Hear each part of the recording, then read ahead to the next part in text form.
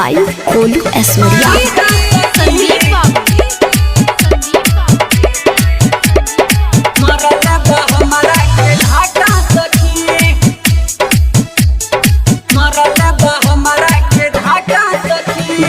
रहनी हम भौजी के घरे दियोरी बाती दुआरिये पधरे दियोरी बाती दुआरिये पधरे गोइल रहनी हम भौजी के घरे दियोरी बाती दुआरिये पधरे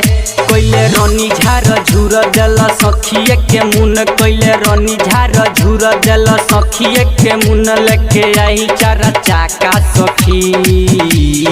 छीन के भागल बा पड़ाका सखी मरले बा हमारा के धाका सखी छीन के भागल बा पड़ाका सखी मरले बा हमारा के धाका सखी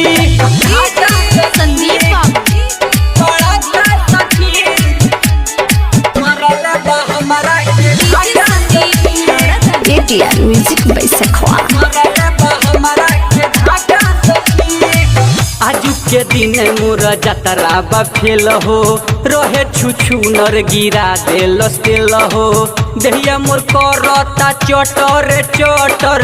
कोइले बा हमारा से बड़का उ खेल हो कोइले बा हमारा से बड़का उ खेल हो आजू के दिन मोर जतरा बा फेल हो रहे छुछु नर गिरा देलस तेल हो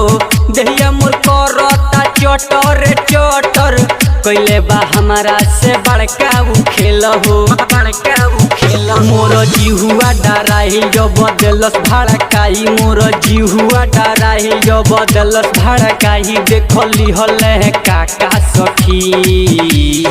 छीन के भागल बा पड़ाका सखी मरले बा हमारा के धाका सखी छीन के भागल बा पड़ाका सखी मरले बा हमारा के धाका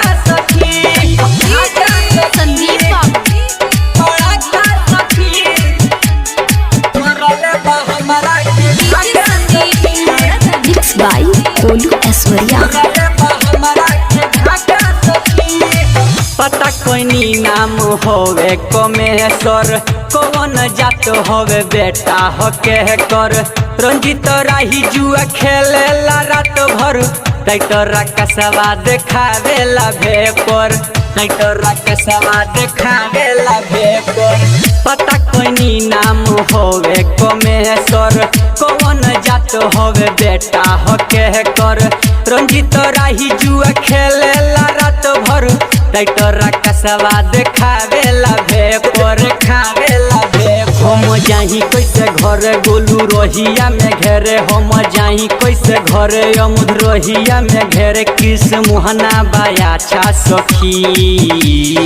छीन के भागल बा पड़ाका सखी मरले बा हमारा के धाका सखी छीन के भागल बा पड़ाका सखी मरले बा हमारा के धाका सखी कोइले रनी झार झूर जल सखिए के मुन कोइले रनी झार झूर जल सखिए के मुन लेके आई चार चाका सखी